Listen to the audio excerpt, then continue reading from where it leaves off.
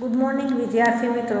ધોરણ 5માં ગુજરાતીમાં આજે આપણે પાઠ 3 મહેનતનો રોટલો અભ્યાસ કરીશું. આ પાઠમાં એક મોચીની વાત કરવામાં આવી છે જે ખૂબ જ પ્રામાણિક છે. તેની પાસે એક દિવસ એક સાધુ આવે છે અને તેને પોતાના પગરખાં બનાવવા માટે કહે છે. પણ એ મોચી ભગતને એ પૈસા આપે છે ત્યારે સાધુ પાસે વધારે પૈસા હોય છે, એટલે એ છૂટા નહોતા. જ્યારે મોચી પાસે તો એ છૂટા પૈસા લેવા જાય છે ત્યારે સાધુ કહે છે કે નહીં આ લઈ લો, આટલા કાંઈ વાંધો નહીં. છતાં પણ એ લેતો નથી અને પોતાની મહેનતના જ રૂપિયા લે છે એવું કહી અને સાધુ મહારાજને પૈસા લેવાની ના પાડે છે. ત્યારે સાધુને તેની પ્રામાણિકતા ઉપર ખૂબ જ ખુશ થઈ જાય છે. અને જ્યારે મોચી સામેની દુકાને પરચુરણ છૂટા લેવા જાય છે ત્યારે પાછળથી સાધુ પાસે પારસમણી હોય છે. તેના મોચીના જે પગરખાં બનાવવા માટેના ઓજારો હોય ને, જો અહીંયા દેખાય છે ઓજારો, હા એ ઓજારો છે ને સોનાના બનાવી નાખે છે. તેને પારસમણી અડાડે ને તો સોનાના બની જાય. એવી એક દંતકથા છે. સાચું હોય કે નહીં આપણને તો ખબર ન હોય, પણ એવું એક સાધુ પાસે પારસમણી હોય એટલે તેને અડાડે એટલે એ સોનાના બની જાય છે.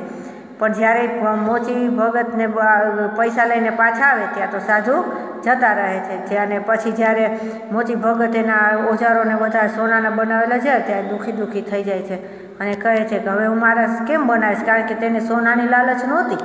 તેને પોતાની જાત મહેનતથી જ બનાવવું હતું અને પૈસા કમાવાતા. એટલા માટે તે સોનાના ઓજારો હતા તેને એક ઘરમાં એક જગ્યાએ રાખી દે છે ખૂણામાં, અને પોતાના જે જૂના પડ્યા હતા ઓજારો એ લઈ અને ફરી પાછો એનું કામ ચાલુ કરી દે છે. એવી રીતે પોતાની આમ જાત મહેનતથી જ જીવવાવાળો છે. તો આપણે આ પાઠમાં આગળ જોઈએ કે હવે આ એક મોચી ભગત તેનું નામ કેવી રીતે પડ્યું અને કેવો પ્રામાણિક છે તે જોઈએ. આ બોધકથામાં શ્રમ, સ્વાશ્રય અને પ્રામાણિકતાનો મહિમા કરવામાં આવ્યો છે. મોચી ભગત મફતનો સ્વીકારવાની સ્પષ્ટ ના પાડે છે. આમ મોચી ભગત દ્વારા આપણને શ્રમ, સ્વાશ્રય અને પ્રામાણિકતાનો બોધ મળે છે. શ્રમ એટલે કે મહેનત કરવી તે, અને સ્વાશ્રય એટલે પોતાની જાત મહેનત, પોતા દ્વારા જ જે મહેનત કરવામાં એને સ્વાશ્રય કહેવાય. અને પ્રામાણિકતા તો તમને ખબર જ છે કે આપણે કોઈ પણ વસ્તુ આપણી ન હોય તેને સ્વીકારવી ન જોઈએ, ને જે આપણી છે તે જ સ્વીકારવી જોઈએ, અને જે વસ્તુ આપણી નથી તે બીજાને આપી દઈએ તેને પ્રામાણિકતા બતાવવી કહેવાય. હવે આ વાત છે પન્નાલાલ પટેલ આ વાતનો પાઠ બહુ સરસ લખ્યો છે. આપણે આગળ ચાલીએ. કાશી નગરીમાં એક મોચી રહેતો હતો. તે બહુ પ્રામાણિક હતો, સંતોષી પણ એટલો જ. એકવાર એક સાધુ આવી મોચીને પૂછવા લાગ્યા, મોચી ભગત, મારા પગરખાંનું શું પડે? જો આમાં છે ને મોચી ભગતને કહે છે કે મારા પગરખાંનું શું પડે એટલે કે મારા પગરખાં એટલે પગમાં પહેરવાના જોડા હોય તે, ચપ્પલ આપણે જેને કહીએ છીએ ને, એ પડે એટલે કે શું કિંમત થશે એમ. મોચીએ કહ્યું, મારી પાસે સીવેલા તૈયાર નથી મહારાજ. મોચીએ કહ્યું કે મહારાજ તમારા પગરખાં બનાવી દઈશ એ વાત ખરી, પણ મારી પાસે અત્યારે સીવેલા તૈયાર નથી. સાધુ કહે, સીવી દો તો શું લો? તો સાધુ કહે છે કે સીવી દઈશ તો શું લઈશ? મોચીએ કહ્યું, 1.5 રૂપિયો. સાધુને નવાઈ લાગી. બીજાઓએ 2 રૂપિયા દેખાડ્યા હતા, પછી ઘટાડીને 1.5 રૂપિયા સુધી આવ્યા હતા, પણ આણે તો મૂળમાં જ 1.5 રૂપિયો કહ્યો. સાધુએ કહ્યું, 1.5 તો કહેવાનો, પણ લેવાના કેટલા? જો સાધુ મહારાજ છે ને બીજા ઘણા બધાની મોચીની દુકાન હોય ને ગામમાં ફરતા એવા, તો બીજાને પૂછે છે ત્યારે બધા એને 2 રૂપિયા કહેતા હતા. અને સાધુ મહારાજે તેની પાસે ઘટાડતા આવ્યા. એમ કે આપણે કોઈ પણ દુકાને જઈએ તો આપણે કાંઈ વસ્તુ લઈએ તો એમાં કહીએ તો આપણે થોડોક પૈસા ઘટાડવાનું કહીએ તો 150 રૂપિયા ઘટાડે. એવી રીતે સાધુ મહારાજને બધાએ 2 રૂપિયામાં પોતાના પગરખાં સીવી દેવાની વાત કરે છે. પણ જ્યારે બહુ રકઝક કરતા ને સાધુ, ત્યારે જે મોચી હોય ને એ બધા એમ કહે કે 1.5 રૂપિયામાં સીવી દેશું. પછી ત્યાંથી મહારાજ આગળ ચાલે છે અને અહીંયા બીજી મોચી ભગતની દુકાન હોય ત્યાં આવે છે. તો મોચી ભગતની પાસે એ કહે છે કે મારે બૂટ સીવવા છે તમારા પગરખાં, તો તમે શું લેશો? તો મોચી ભગત તો એકદમ ઈમાનદાર માણસ હોય, તો એ તો સીધા જ પહેલી જ વારમાં 2 રૂપિયા નથી કહેતા, પણ શું કહે છે કે 1.5 તો કહેવાનો, પણ લેવાના કેટલા એમ કહે છે કે સાધુ મહારાજ એને પૂછે છે. મોચી સાધુ સામે જોઈ હસવા લાગ્યો. તેણે કહ્યું, જે કહેવાના એ લેવાના મહારાજ, આપણી ઈચ્છા તો હોય તો બનાવું. એ સાધુ મહારાજને કહે છે કે મહારાજ મારે તો કાંઈ એવું કાંઈ છે જ નહીં, હું જે કહું છું એ જ હું લઉં છું, તમારી ઈચ્છા હોય તો બનાવું. સાધુએ કહ્યું, અચ્છા બનાવો, ક્યારે આપશો? મોચી બોલ્યો, પરમ દિવસે આ વખતે. પરમ દિવસે આ વખતે એટલે પરમ દિવસે એટલે 3 દિવસ પછી, અહીંયા આ જ સમયે. સાધુ કહે, જરૂર હો, મારે પરમ દિવસે સાંજે જવું છે, માટે ઢીલ ન થાય. મોચી કહે, જાઓ કે ન જાઓ, પરમ દિવસે તમને આ વખતે જરૂર મળી જશે. પણ સાધુને મોચીના વાયદામાં જરા પણ વિશ્વાસ ન હતો. સાધુ મહારાજ છે એને એમ હતું કે આ બીજા મોચીની જેમ આ પણ વાયદો એટલે કોઈને આપણે ટાઈમ આપીએ અને ટાઈમ કામ કરી દઈએ તેને વાયદો કહેવાય, પણ એને એમાં ભરોસો ન હતો. બીજા દિવસે વળી એને મોચીને ત્યાં આંટો માર્યો. મોચીને પૂછ્યું, મોચી ભગત કેટલું આવ્યું આપણું કામ? વળી પાછા મોચીની દુકાને જઈને પૂછે છે કે હવે મારું કામ એટલે મારા પગરખા કેટલા સુધી બનાવ્યા? મોચીએ કહ્યું, બેફિકર રહો મહારાજ, વાયદો નહીં ચૂકું. મોચી કહે છે કે મેં તમને વચન આપ્યું છે કે હું પરમ દિવસે આપી દઈશ, તો હું પછી તમને આપી જ દઈશ. તમે ભૂલ એમાં તમે બેફિકર રહો, એટલે ચિંતા ન કરો. છતાંય સાધુને શાંતિ ન વળી. ત્રીજા દિવસે સવારમાં વળી સાધુને વિચાર આવ્યો, લાવને જરા મોચીને ત્યાં આંટો મારી આવું. વળી પાછા સાધુ મહારાજ એની પાસે આવે છે આંટો મારવા. પણ આ વખતે તો મોચીએ સાધુની કિંમત કરી. તેણે કહ્યું, મહારાજ તમને માણસ પારખતા આવડતું નથી. આખી દુનિયા જૂઠું બોલે છે એમ જ તમે માનો છો. નાહક શું કામ ધક્કા ખાવો છો? સાંજે આવજો, જાઓ. આ વખતે તો મોચીએ સાધુની કિંમત કરી, એટલે સાધુને કહી દે છે કે સાધુ મહારાજ તમે માણસને પારખતા તમને આવડતું નથી. આખી દુનિયા જૂઠું બોલે એમ જ તમને માનો છો. કારણ કે મોચીને ગુસ્સો આવી જાય છે કે તમે વારે વારે આ પૂછવા આવો છો, તમને એમ જ લાગે છે કે બધા ખોટું બોલીને ટાઈમ આપતા હોય છે. મેં પણ એવું જ કર્યું છે, પણ એવું આખી દુનિયામાં તમે જેમ માનો છો એમ બધા એવું હોતું નથી. એમ જ તમે માનો છો. નાહક શું કામ ધક્કા ખાવ છો? એટલે ખોટા ધક્કા શું કામ ખાવ છો? જાઓ, સાંજે આવજો અને લઈ જજો એમ. સાંજે સમય પ્રમાણે સાધુ આવ્યા ત્યારે પગરખા બિલકુલ તૈયાર હતા. આ જોઈ સાધુ મોચી ઉપર બહુ ખુશ થયા. તે સમજી ગયા મોચી સાચુકલો છે, ખરેખરો ભગત છે, કદી જૂઠું બોલતો નથી. જો સાંજે પાછા સમય પ્રમાણે સાધુ ત્યાં આવ્યા પોતાના પગરખા લેવા, અને બિલકુલ એકદમ સરસ મજાના તેને કીધા તેવા જ તૈયાર કરી દીધા. આ જોઈ સાધુ મોચી ભગત ઉપર ખુશ થઈ જાય છે અને તે સમજી જાય છે કે આ તો ખૂબ સાચા બોલો માણસ છે, ખરેખરો ભગત છે, તે કોઈ દિવસ ખોટું બોલે એવો નથી. સાધુએ તેને 2 રૂપિયા આપ્યા. મોચી પાસે છૂટા પૈસા ન હતા. તે પૈસા લઈને ઊભો થયો. જો સાધુએ તેને પગરખા બનાવવા આપ્યા ત્યારે મોચી ભગતે તેને 1.5 રૂપિયામાં બનાવવાના કહ્યા હતા, અને સાધુ પાસે 2 રૂપિયા હતા. હવે 1.5 રૂપિયો એટલે કેટલા ખબર છે તમને? 1 રૂપિયો અને 50 પૈસાનો સિક્કો એટલે 1.5 રૂપિયો થાય. પણ આ 2 રૂપિયામાં આપ્યા એટલે એમાંથી સાધુને એને 50 પૈસા પાછા દેવાના થાય. તો તેની પાસે છૂટા ન હતા અને તે ઊભો થયો. તેણે સાધુને કહ્યું, જરાક ઊભા રહો મહારાજ, હું સામેની દુકાનેથી પરચૂર્ણ લઈ આવું. સાધુએ કહ્યું, રહેવા દો ભગત, એટલા પૈસાની આપણા તરફથી તમાકુ પીજો. જો તમાકુ પીજો એટલે કે બીડી પીવાની, અથવા તો ઘણા તમાકુ મોઢામાં રાખતા હોય છે. તમે જોયું છે ને, ઘણા તમારા કોઈના દાદા બીડી પીતા હશે તો એ બીડી લઈને પી લેજો, એવું કહેવાનું સાધુનું હતું એમ, કે કારણ કે તેમાં પણ તમાકુ જ હોય છે. મોચીએ કહ્યું, હું તમાકુ પીતો નથી મહારાજ. મોચી ભગત છે એ વ્યસનવાળા નહોતા, તેથી તે કહે છે કે હું કાંઈ આવું તમાકુ કે આવું કાંઈ પીતો નથી. તો આપણા તરફથી પગરખા સીવવા માટેની દોરી લાવજો.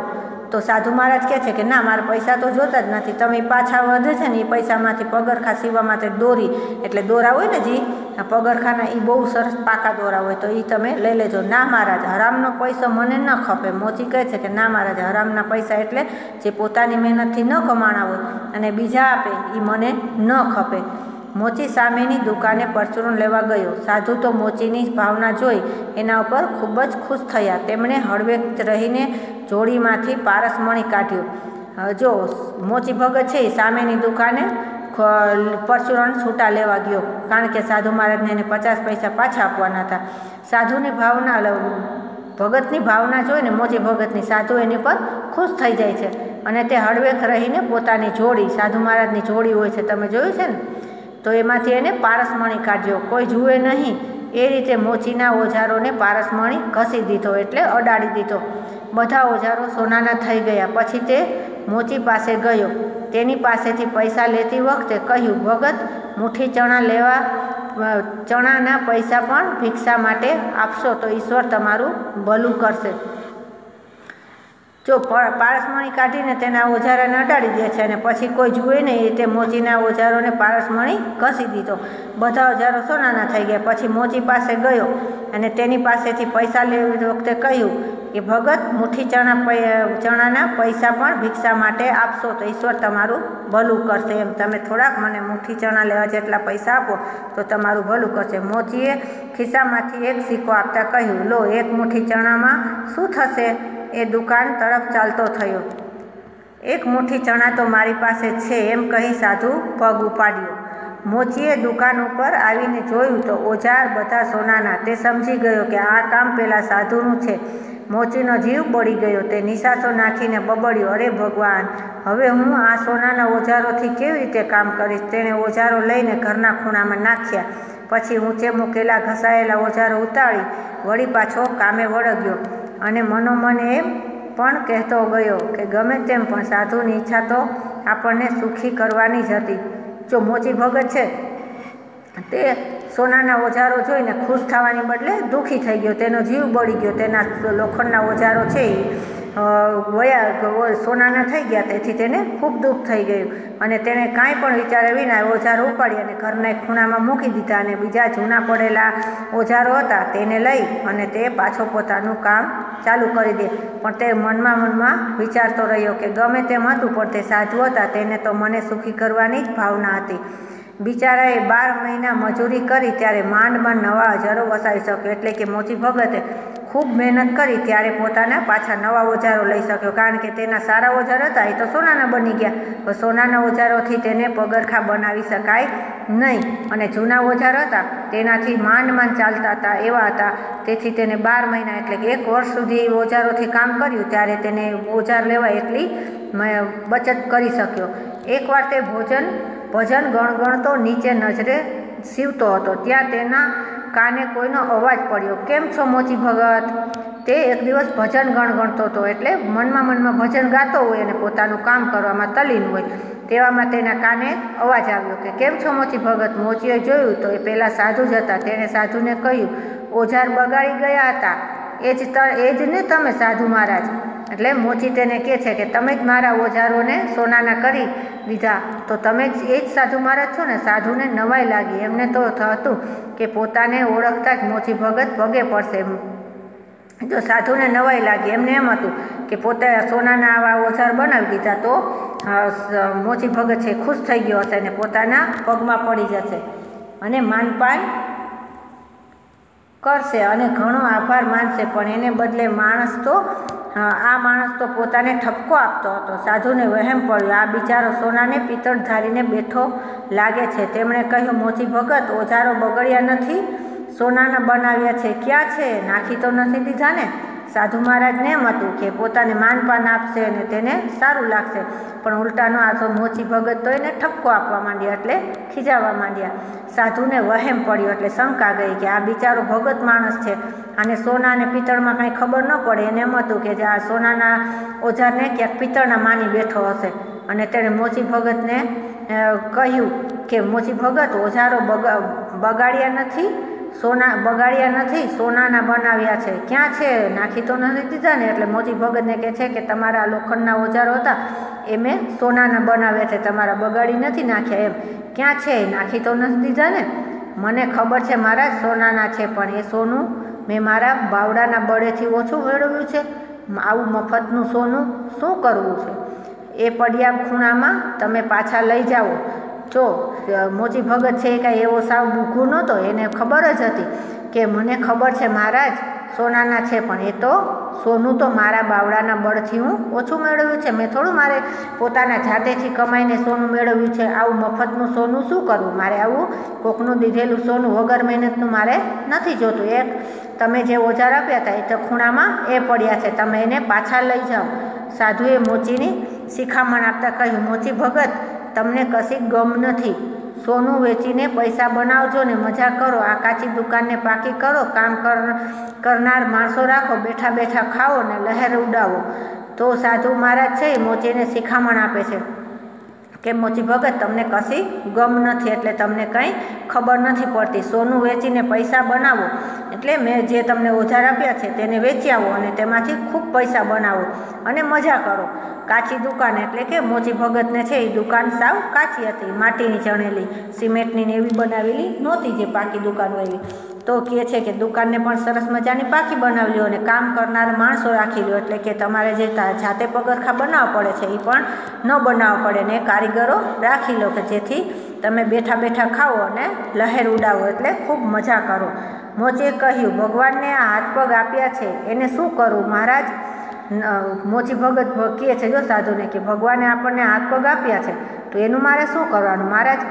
નવાઈ ભરી આંખે સાધુ તો મોચી ભગત સામે તાકી જ રહ્યા. તેને ખૂબ આશ્ચર્ય થયું કે વાહ, આ તો ખરો માણસ છે એમ. મોચીએ કહ્યું, સાધુ મહારાજ, ભગવાને હાથ પગ કંઈ બેઠા બેઠા ખાવા માટે નહીં કામ કરવા આપ્યા છે. મોચીએ કહ્યું, મહારાજ, આપણને ભગવાને હાથ પગ આપ્યા છે બધાને, તો કંઈ બેઠા બેઠા કામ ખાવા માટે નહીં, કંઈ કામ કરવાનું હોય છે આપણને. આ સાંભળી સાધુ બોલ્યા, મોચી ભગત, સાચી વાત છે, ભગવાને કામ કરવા જ હાથ પગ આપ્યા છે. હવેથી હું પણ કમાઈને જ ખાઈશ ને તમારા જેવો જીવનનો આનંદ મેળવીશ.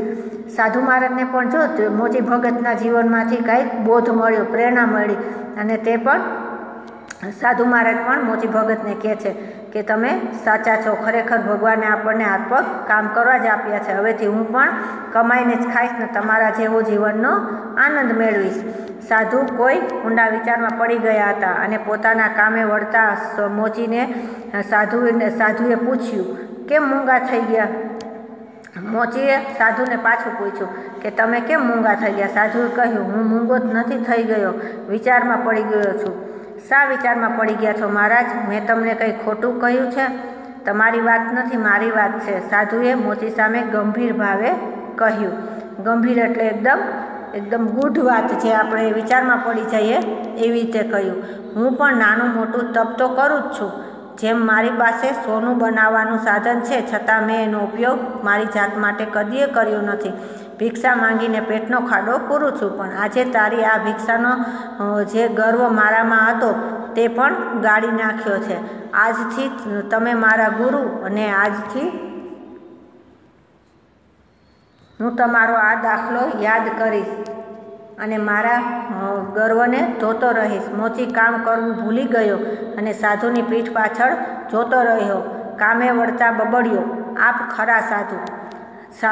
જો મોચી ને સાધુ મહારાજ કહે છે કે તમારો આ દાખલો, એટલે તમે જે જીવનનો આ પ્રેરણાદાયક પ્રસંગ મને આ કરી બતાવ્યો છે, હું યાદ રાખીશ. અને મારો જે સાધુને પોતાની ભિક્ષા, એને એવો ગર્વ હતો કે મારી પાસે ભલે પારસમણી હોય પણ હું પણ ભિક્ષા માગીને જ ખાઈશ, મારા માટે નહીં કરું. એક જાતને મનમાં ગર્વ હતો, પણ એ પણ એક મોચીએ જો સામાન્ય માણસ હતો જેની પાસે ન તો પારસમણી કે કાંઈ, છતાં પોતાની મહેનતથી જ કમાવાવાળો હતો, તેનામાં લાલચ નહોતી અને તે પોતાના આત્મબળથી કમાતો હતો. એને જોઈને સાધુ કહે છે કે મારો પણ ગર્વ ધોઈ નાખ્યો તમે, અને હું આ તમારો દાખલો યાદ કરી અને જીવનભર મારો ગર્વ ધોતો રહીશ. સાધુની પીઠ પાછળ જોતો જ રહ્યો. મોચી ભગત છે એ સાધુ ચાલ્યા જાય છે, તેને પાછળથી જોયા રાખે છે અને પોતાની કામે વળગી જાય છે. અને આમ તે ખરો સાધુ છે એવું બબડ્યો, એટલે મનમાં બોલ્યો. તો વિદ્યાર્થી મિત્રો, મજા આવીને પાઠમાં પરિશ્રમ અને પોતાના સ્વાશ્રયથી આપણે કમાવવું જોઈએ અને ખાવું જોઈએ એવું આ પાઠમાં બોધ મળે છે કે આપણે લાલચમાં આવી જવું જોઈએ નહીં. શબ્દ સમજૂતી: પગરખા, પગનું રક્ષણ કરનાર, ચંપલ અથવા જોડા. હરામનો એટલે મહેનત વગરનો. પારસમણી, લોકમાન્યતા મુજબ સ્પર્શ માત્રથી લોઢાને સોનામાં બદલી નાખનાર મણી. ગમ, સમજ, ગર્વ, અભિમાન, અહંકાર, મદ, બડાઈ. જો રૂઢિપ્રયોગો: પગ ઉપાડવો, ઝડપથી ચાલવું, બાવળાના બળથી એટલે જાત મહેનતથી. જીવ બાળવો, દુઃખી થવું. બેઠા બેઠા ખાવું, શ્રમ કર્યા વિના નિરાતે ઉપભોગ કરવો. નિશાસો નાખવો, આહ નાખવી, પેટનો ખાડો પૂરવો, જીવન નિર્વાહ કરવો. ખૂણામાં નાખવું, બેદરકારીથી બાજુમાં મૂકવું. હવે વિરામ ચિહ્નો. જો ભાષા સજ્જતા છે તેમાં છે વિરામ ચિહ્ન. આપણે ઘણી વખત વાક્ય જોયું છે ને કે વિરામ ચિહ્નો મૂકવા ખૂબ જરૂરી છે.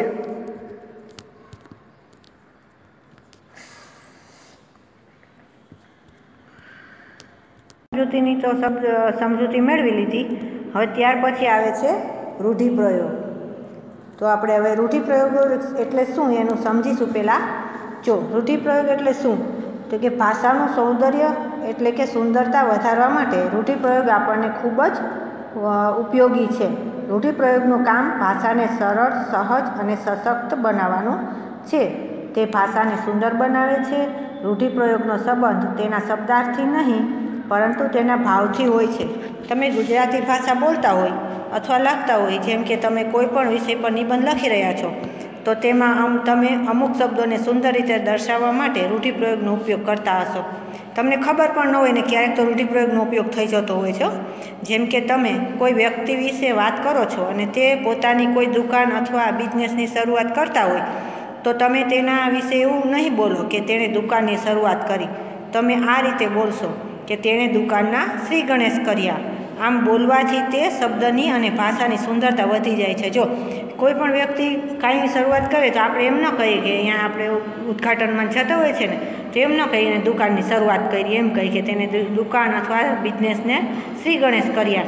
તો જો શરૂઆત કરી અને શ્રી ગણેશ કરી, આમાંથી બે શબ્દોમાંથી આપણે શ્રી ગણેશવાળો શબ્દ બહુ સરસ લાગે છે. બેનો અર્થ એક જ થાય, પણ એનો આપણે અર્થ કરતાં આપણે તેનો મેઇન શબ્દ છે એના ઉપર ધ્યાન દેવાનું કે શ્રી ગણેશ કર્યા, તો બહુ સરસ લાગે. તો એવી રીતે ભાષાની સુંદરતા વધારી દે છે. તો વિદ્યાર્થી મિત્રો, હવે આપણે રૂઢિપ્રયોગ કેટલાક એના ઉદાહરણ જોઈએ.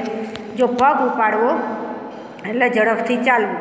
જો પગ ઉપાડો ઝડપથી ચાલવું, આપણે કોઈ એમ ઝડપથી ચાલવાનું કહીએ તો આપણે એમ ન કે હાલો ઝડપથી ચાલો, પણ એમ કહીએ કે ઝડપથી પગ ઉપાડો. મતલબ બેનો એક જ થાય, પણ આ શબ્દ વધારે સારો લાગે.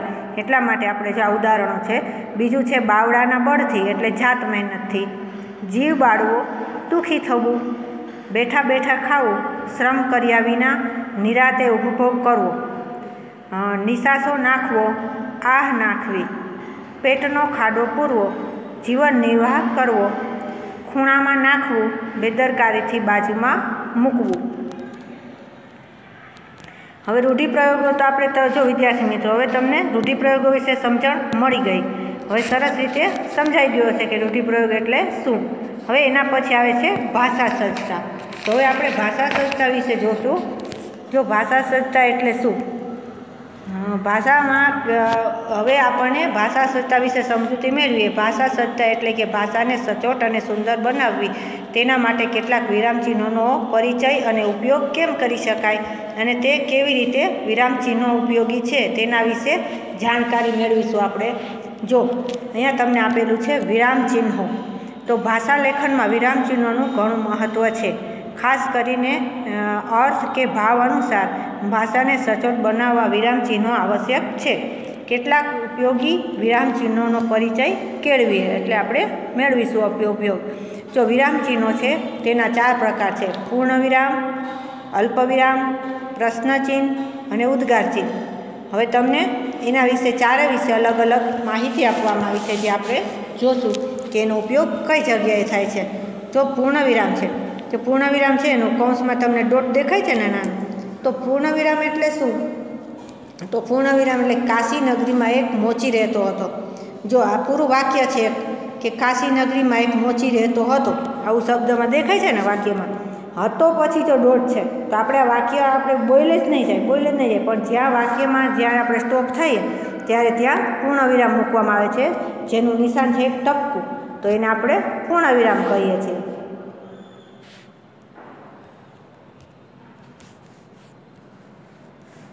હવે જો વાક્ય આપણે પૂર્ણવિરામમાં વાક્યમાં તો જોયું, એવી રીતે આપણે ક્યારેક તમે પૂર્ણવિરામનો ઉપયોગ આ શબ્દને નાનો બનાવવા માટે પણ થતો હોય છે. આપણે શોર્ટ ફોર્મ કહીએ ને ઇંગ્લિશમાં, એવી રીતે આપણે જો તમે કોઈને પત્ર લખતા હોય તો શરૂઆતમાં અને છેલ્લે આપણે શરૂઆતમાં લખતા હોય છે કે કોઈને સંબોધન કરતા હોય લખવાનું, ત્યારે ચિરંજીવ આપણાથી નાના હોય તો આપણે ચિરંજીવ લખીએ છીએ. તો આપણે ચિરંજીવ શબ્દ આખો ન લખવો હોય અને ખાલી ચી કરીએ ને પછી ડોટ કરીએ ને તો પણ એ આખો જ શબ્દ ગણાઈ જાય. એવી રીતે આપણે પત્ર લખીએ ને જ્યારે પૂર્ણ કરીએ ત્યારે આપણે લિખિત અંગ તો લખીએ જ છીએ ને કે આખું લખેલું છે, તો લિખિત અંગ આખું નહીં લખીએ પણ લી એમ કરીએ અને પછી ડોટ કરી દેવાનું, ટપકું મૂકી દેવાનું, એટલે પૂરું શબ્દ અથવા વાક્ય બની જાય. તો આવી રીતે છે પૂર્ણવિરામનો ઉપયોગ વાક્ય પૂર્ણ થતું દર્શાવવા થાય છે. શબ્દોનો ટૂંકમાં લખવાના હોય ત્યારે પણ પૂર્ણવિરામનો ઉપયોગ થાય છે. શબ્દને કોઈને આપણે ટૂંકમાં જોયું ને આપણે લિખિત અંગ અને ચિરંજીવ બેયમાં આપણે એમાં ટૂંકું દર્શાવવા માટે આપણે ઉપયોગ કરીએ છીએ. એના પછી છે અલ્પવિરામ. તો અલ્પવિરામ ક્યાં આવે? તો અલ્પવિરામનો ઉપયોગ સંબોધન કરવા, 2 થી વધારે પદો કે શબ્દ સમૂહ પછી દર્શાવવા, દીર્ઘ વાક્યોમાં વચ્ચે અટકવાની જરૂર પડે ત્યારે થાય છે. જો આપણે અલ્પવિરામનો ઉપયોગ સંબોધન કરવા એટલે કે જો કોઈ પણ તમે વાક્ય બોલતા હોય અને વચ્ચે ક્યારેક તમારે અલ્પવિરામ અટકવું હોય તો ત્યાં 2 વાક્યથી બીજું વાક્ય પાછું બીજું બાજુમાંથી શરૂ થતું હોય અને એ વાક્ય પૂરું જ નથી હોય તો આપણે ત્યાં વચ્ચે અલ્પવિરામ મૂકી શકીએ. તો 2 થી વધારે પદો એટલે કે વાક્યો દર્શાવવો હોય અથવા શબ્દ સમૂહો પછી તથા દીર્ઘ વાક્ય એટલે લાંબા વાક્ય હોય અને વચ્ચે એક અટકાવ આવતો હોય ત્યારે ત્યાં આપણે અટકવાની જરૂર પડતી હોય ત્યાં આપણે અલ્પવિરામનો ઉપયોગ કરીએ છીએ. તમે જોયું હશે ક્યારેક આપણે શબ્દ લખતા હોઈએ, પક્ષીના નામ છે કોઈ પણ, તો વચ્ચે વચ્ચે આપણે જો આપણે એમ નહીં બોલી જાય ડાયરેક્ટ કે ચકલી, કાગડો, કોયલ, પોપટ, મોર, એને વચ્ચે બોલશે ચકલી, પોપટ, કાગડો એવી રીતે બોલશી, પણ વચ્ચે થોડુંક આપણે જે અટકીએ છીએ ને ત્યાં અલ્પવિરામ આવે. આવી રીતે અલ્પવિરામનો આવી રીતે ઉપયોગ થાય છે. તો જો વાક્ય આપેલા છે, બેફિકર રહો મહારાજ, વાયદો નહીં ચૂકવું. જો બેફિકર રહો મહારાજ, મહારાજ શબ્દ પછી થોડોક બોલવામાં આપણે અટકીએ છીએ અને પછી ત્યાંથી બીજું વાક્ય છે વાયદો નહીં ભૂલું. તો આ બેની વચ્ચે જે આપણે થોડોક સમય લાગે છે ત્યાં આપણે અલ્પવિરામ મૂકવાનું હોય છે. હવે એના પછી છે પ્રાચી, નિર્મલ, કૃતિ અને હિમાંશુ પુસ્તકાલયમાં ગયા. પુસ્તકાલય એટલે લાઇબ્રેરી આપણે કહીએ છીએ તે. તો એમાં જો નામ આપેલા છે છોકરીના, છોકરાના, તો એમાં છે એમાં વચ્ચે આપણે આખું સળંગ વાક્ય નહીં બોલી જાય પણ વચ્ચે વચ્ચે જ્યાં નામ એક વ્યક્તિનું નામ પૂરું થયું તો પછી ત્યાં અલ્પવિરામનો ઉપયોગ થાય છે. તો પ્રાચી પછી અલ્પવિરામ, નિર્મલ પછી અલ્પવિરામ, કૃતિ અને હિમાંશુ પુસ્તકાલયમાં ગયા. તો હવે તમને સમજાઈ ગયું ને કે અલ્પવિરામ ક્યાં મૂકવાનું. હવે એના પછી આવે છે પ્રશ્નચિહ્ન. તો પ્રશ્નચિહ્ન તો તમને ખબર જ છે કે વાક્યમાં પ્રશ્નનો ભાવ દર્શાવવા માટે વાક્યના અંતે પ્રશ્નચિહ્ન મૂકવામાં આવે છે જેથી વાચક ભાવને તે પ્રશ્ન વાક્ય છે તે સમજી શકશે. ક્યાં, કેમ, કેવું, શા માટે, કઈ, કોણ, કોનું વગેરે શબ્દનો પ્રશ્નનો ભાવ દર્શાવે છે. જો આપણે આમાં તમને પ્રશ્ન વાક્ય એટલે તો તમને ખબર જ છે કે તમને ક્લાસમાં ટીચર ક્યારેય પ્રશ્ન પૂછતા હોય તો તમને પ્રશ્ન પૂછે ત્યારે તમને ખબર પડવી જોઈએ કે આ પ્રશ્ન છે અને આ જવાબ છે. આપણે પ્રશ્ન પૂછતા હોય તો સામેવાળાને એવું લાગવું જોઈએ. જો કેમ મૂંગા થઈ ગયા, હવે મેં તમને પ્રશ્ન પૂછ્યો હોય કે કેમ મૂંગા થઈ ગયા, તો તમારે મને જવાબ આપવો પડે ને. તો મેં પ્રશ્ન પૂછ્યો છે તો એનું પ્રશ્નચિહ્ન માટેનું જે નિશાન છે તે આપણે લગાડવાનું હોય તો ત્યાં પ્રશ્નચિહ્ન કહેવાય. આપણે કોઈને પ્રશ્ન પૂછતા હોય અથવા પ્રશ્ન ભાવથી પૂછતા હોય ત્યાં પ્રશ્નાચિહ્ન. આવું મફતનું સોનું શું કરવું? તો જો આવી રીતે કહે છે કે આવું મારે સોનું શું કરવું એવો પ્રશ્ન પૂછે છે સાધુમાં. આવું મોતી ભગતના પાઠમાં આવે છે ને વાક્ય એવી રીતે. તો આપણે કાંઈ પણ વાક્ય બોલતા હોય એમાં આપણને પ્રશ્ન ભાવ ઉત્પન્ન થતો હોય ત્યારે ત્યાં પ્રશ્નાચિહ્ન મૂકવામાં આવે છે તો જ સામેવાળી વ્યક્તિ. હવે તમે એમને લખી નાખ્યું હોય કે કેમ મૂંગા થઈ ગયા, પછી ન પ્રશ્નાચિહ્ન કર્યું હોય કે ન પૂર્ણાંક, આપણે એ વાક્ય સમજાય જ નહીં કે આમાં શું કહેવામાં આવ્યું છે. જો તમે પ્રશ્નાચિહ્ન લગાવ્યું હોય તો તમને તરત ખબર પડી જાય કે આ પ્રશ્ન વાક્ય છે. ક્યાં, કેમ, કેવું, શા માટે, કઈ, કોણ, કોનું વગેરે પ્રશ્નોનો ભાવ દર્શાવે છે. આ બધા શબ્દો છે એ પ્રશ્નનો ભાવ દર્શાવે. જો તમે કોઈને ક્યાંક પૂછવું હોય કે આ વ્યક્તિ ક્યાં રહે છે તો એમાં ક્યાં શબ્દ આવ્યો એટલે ક્યાં એટલે એની કઈ જગ્યાએ રહે છે એવું કહેવામાં આવે છે. પછી બીજો છે કેમ. તો તમે કોઈને કહેતા હોય કે આવું તે કેમ કર્યું, તો કેમ કર્યું એ તમે એને પ્રશ્ન પૂછ્યો છે. આવું કેવું હશે, તો આ કેવું શબ્દ આવ્યો વચ્ચે. પછી શા માટે, તો શા માટે છે તો આપણે શા માટે ખાઈએ છીએ એવું થાય તો શા માટે, તો શું કામ ખાઈએ છીએ એનો આપણે જવાબ દેવાનો હોય છે. પછી કઈ, કોણ, કોનું વગેરે પ્રશ્નનો ભાવ દર્શાવે છે.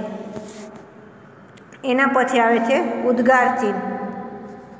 તો નવાઈ, આશ્ચર્ય, પીડા, ધિક્કાર, હર્ષ, પ્રશંસા કે દુઃખની લાગણી બતાવવામાં ઉદ્ગાર ચિહ્ન વપરાય છે. ક્યારેક કટાક્ષ કરવામાં પણ ઉદ્ગાર ચિહ્ન વપરાય છે. જેમ કે તું તો બહુ બહાદુર, સસલી જોઈને ભાગ્યો, જો ક્યારેક આપણે આ બધા જો તમને બતાવવામાં આવ્યું છે કે નવાઈ લાગતી હોય, આપણે ક્યારેક વાક્ય બોલતા હોય અથવા આપણે કંઈ એવું જોયું હોય તો એમાં આપણે નવાઈ થાય, આશ્ચર્ય થવા માંડે, તો આપણે ત્યાં એમાં આશ્ચર્ય ચિહ્ન મૂકવાનું હોય છે, ઉદ્ગાર ચિહ્ન. જો એમાં છે નવાઈ, આશ્ચર્ય. આપણે ક્યારેક એવું જોઈને લાગે આહા કેટલું સરસ છે, તો એમાં તમારો ઉદ્ગારનો ભાવ નીકળ્યો હતો, તો એને એ વાક્ય પછી આપણે ત્યાં ઉદ્ગાર ચિહ્ન મૂકીએ છીએ. જોયું ઓજાર બધા સોનાના, તો અહીંયા પણ ઉદ્ગાર ચિહ્ન મૂકવામાં આવે છે. તો આપણે કોઈ પણ વાક્ય કે શબ્દ બોલતા હોય ત્યારે વચ્ચે જો એવી રીતના મૂકવામાં આવે તો તેને ઉદ્ગાર ચિહ્ન કહેવાય. ક્યારેક પીળા વાક્ય પીળા બતાવાતી હોય અથવા ધિક્કાર દેવાતો હોય, પ્રશંસા કરતા હોય, હર્ષની લાગણી થતી હોય, તો ત્યારે પણ ઉદ્ગાર ચિહ્નનો ઉપયોગ કરવામાં આવે છે. જો છેલ્લું છે તું તો બહુ બહાદુર, પછી ઉદ્ગાર ચિહ્ન. સસલી જોઈને ભાગ્યો, ત્યાં એને પોતાની મસ્તી કરી છે આપણામાં, તો એ પણ એક ઉદ્ગાર ચિહ્ન જ છે. તો હવે તમને સમજાઈ ગયું ને કે ઉદ્ગાર ચિહ્ન ક્યાં ક્યાં મુકાય. તો આ ભાષા સત્તામાં સરસ તમે જોયું અને સમજ્યું. હવે તમને સરસ રીતે સમજાઈ જ ગયું હશે.